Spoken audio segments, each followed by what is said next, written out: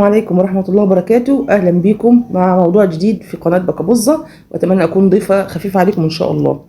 لسه ما كملتش من يومين موضوع المشاكل الأسرية اللي بتنتج عن زواج بيت العيلة. النهاردة حادث فظيع جدا في المملكة العربية السعودية. زوج مصري وزوجة ممرضة مقيمين في السعودية، بيعملوا هما الاثنين ومعاهم 3 أبناء. أكبر طفل فيهم بنوتة 11 سنة، يعني لا تعقل، يعني طفلة لسه بريئة. الزوج في قلب الحرم بالمشرط ذبح زوجته أو طليقته هي وأمها بالمشرط. لا حول ولا قوة إلا بالله العلي العظيم. هل مهما تكون الخلافات بين الزوجين توصل مرحلة القتل؟ دي قتل نفس بدون ذنب. يا سيدي ما ارتحتوش مع بعض أو انفصلتوا بالسلامة، بألف سلامة، تروح تشوف حالها وانت تشوف حالك، لكن توصل للقتل؟ يعني مبرر ايه؟ القصة ايه اساسا؟ ان الزوجة دي استقدمت امها تيجي تعيش معاه، والزوج استقدم امه تعيش معاه. حصل خلافات جامدة بين الزوج والزوجة، بين الزوجة وحماتها، وانفصلوا. ادى الموضوع للانفصال من شهر، لسه من شهر. يعني المفروض لو حصل انفصال من شهر او من سنة بيبقى فيه فرصة ان ممكن الناس ترجع لبعضها تاني، بنسيب الباب مفتوح. وحتى لا قدر الله لو انفصلوا خالص بيبقى في مودة ورحمة برضه، وفي عشرة، كان في بينا عشرة في يوم من الايام، وفي اولاد نراعي الحتة دي يا جماعة. ما كانش عشان خاطر ربنا، عشان خاطر الاطفال نفسيا يطلعوا سويين، ما يطلعوش معقدين بين اب وام مشتتين بيجادلوا مع بعض وبيتخانقوا مع بعض طول الوقت. ما ينفعش. طيب يا سيدي انت انفصلت عن زوجتك من شهر واحد، هل ده يؤدي بيك انك انت تروح تذبحهم؟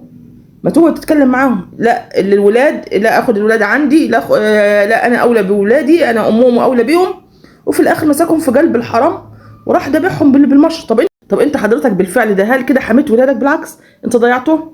ده يعني سلطات قبضوا على ام الزوج، لعل وعسى ان هي تكون متسببه او مشتركه في الجريمه مثلا، لان طبعا احنا عارفين كلنا ان عقوبه المشترك او المحرض نفس عقوبه الجاني طبعا.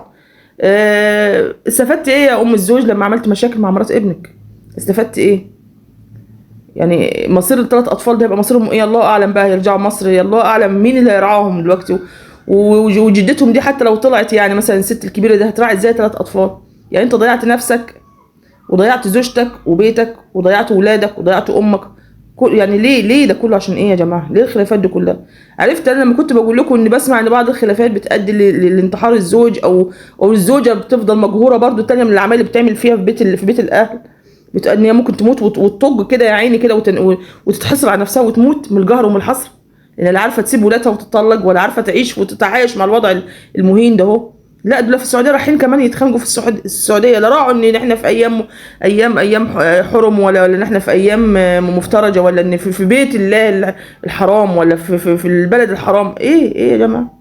طب احنا كنا بنقول يعني الناس هنا بتاخد ما شاء الله، يعني منتشر مخدر اللي ما اعرفش اسمه الايس ده ولا الكريستال، بيسموه كريستال او الايس او الشابو ده. فعلا انا سمعت عن حوادث كتيره في قلب الشارع، واحد بيذبح واحد ويمسك راسه ويمشي بيها. سمعت كتير وكنت مستغربه، لان كتر يا ماشي انا اعرف ممكن في لحظه انفعال واحد ياخد واحد مثلا يذبحه او يموته او يقتله او اي او يقتل مراته او كل القصص الجات اللي سمعنا عنها دي.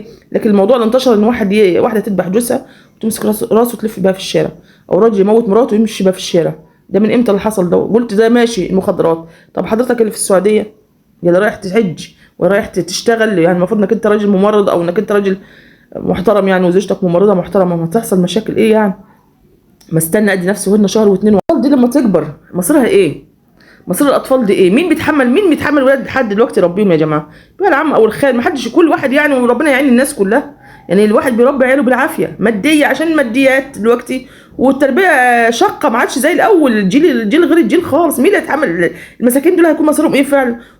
حتى لو لقوا حد يعولهم هيفضل في ذاكرتهم ان ابويا قتل امي وجدتي. هل هيتعاطفوا مع ابوهم؟ استحاله يتعاطفوا مع ابوهم، استحاله يتعاطفوا مع ابوهم. ولو مات او اتعدم مش هيدعوا له عمرهم بالرحمه، استحاله. استفدت ايه يا ابن الحلال؟ طيب يا جماعه ما نسيبش نفسنا للشيطان، ما نسيبش نفسنا للشيطان. قلنا كل واحد يسيب الزوج والزوجه يتفاهموا مع بعضهم يا جماعه. كفايه ضغوطات الحياه بتؤدي للناس لمصايب كتيره، ما يبقاش كمان هم المشاكل الام الزوج وام الزوجه يا جماعه. نسيبهم يتفاهموا مع بعضهم، ولما تستحيل العشره في الاخر خلاص ينفصلوا بالمعروف يا جماعه. مش الدنيا احنا مش في غابه ولا في حرب. احنا الموضوع مش مستاهل ده كله والله العظيم. الدنيا اصغر من اللي حاصل فيها ده كله. وابسط من ده كله.